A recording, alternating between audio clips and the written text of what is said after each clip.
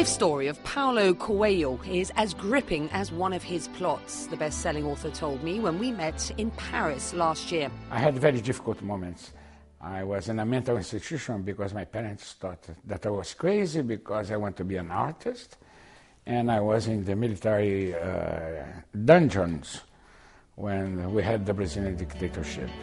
The Rio de Janeiro-born writer became a household name with The Alchemist in 1988. And he's since sold 100 million books, published in a record-breaking 67 languages. But Coelho sees storytelling as a pure and simple art form. There are only 4 stories to be told. It is a story between 2 people, a love story between 2 people, a love story between 3 people, the struggle for power, and a journey. All the stories, all the books that had been written so far, they are based in one of these 4 stories. The blockbuster writer is now making waves by supporting the distribution of his books for free on the internet, keeping him one of the most widely read writers of his generation. He is our connector of the day. Paulo Coelho's book, The Alchemist, is an allegorical tale of one boy's quest to follow his dreams and fulfill his destiny. And it seems to have inspired hundreds of you, let me say, to write in and connect with our connector of the day. You got some fairly deep philosophical questions. So without further delay, let's link up with Paulo, who is via broadband tonight, joining us from one of his homes in France tonight. It is so nice to see you again. We spent some good times together. Let's kick off. A question from me just to begin with before we move on. Since we last spoke, you've been promoting the distribution of your books on the internet. That must drive the publishers absolutely mad, doesn't it? I think that more than ever now, they have to get used to that. Otherwise, they have no choice.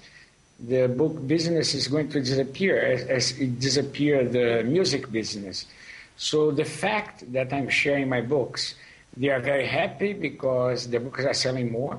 But having said that, I would add that even if I had the chance to start now, for example, I would do the same. I think that the pleasure of a writer is to be read mostly than just to make money out of writing. And that was my next question, very briefly. Aren't you depriving yourself of royalties at this point, Paulo?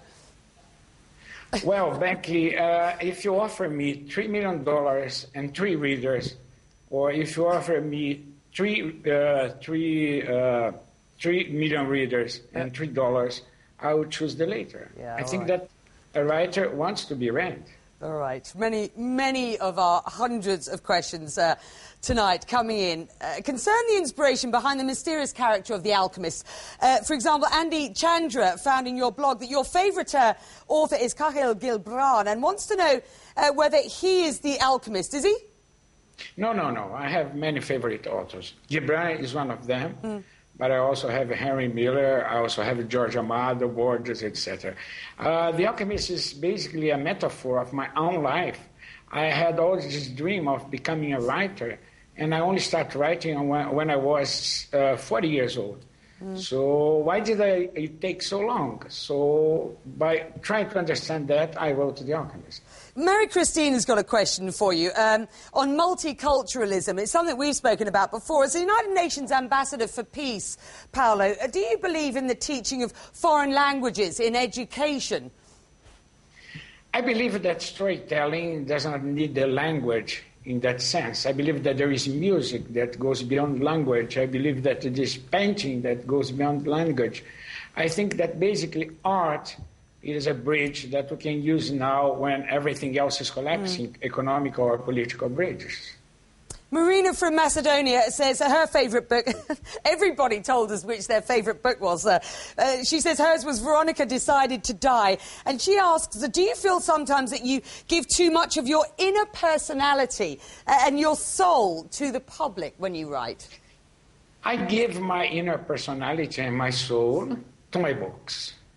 And there's no other way to write a book. You have to be there 100%. Having said that, I think that sooner or later people are going to discover who am I. So I'm there. I'm in my books. I'm all my characters, from the prostitute Maria to the shepherd boy in The Alchemist. Ehud wants to know, what's been your most transitional moment, Paulo?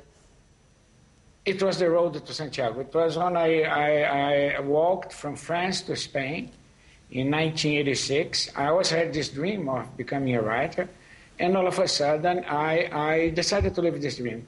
But for that I need this rite of passage. I need to cut with everything behind me and start a new life. Imona, talking about the books, talks and says that often your books are about faith, science and the occult. And asks, do you think that people turn to faith today because they are fearful? I think that people turn to money today because they are fearful. No, I think that faith is something that we have. We need the same faith to believe in God as to not believe in God. The amount of faith is the same. Nina, I don't believe in God. All right, Nina says... You need this faith.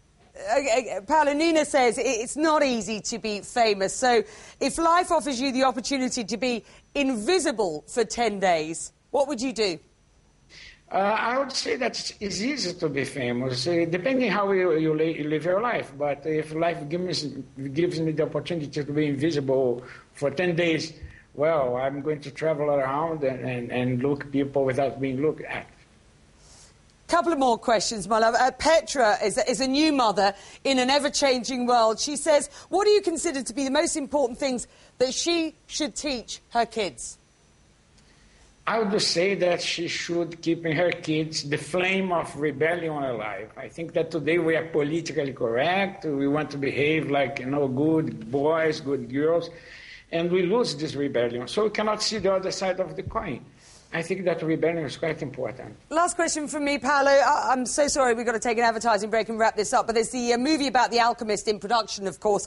Do you think your fans are going to be satisfied with the interpretation of the book? You never know, but I made a movie with my fans, with my readers, that's called The Experimental Witch, and I was very satisfied. It was a fantastic experience, just opened in Rome. And this is, my quest is to give visibility to people who need to have visibility.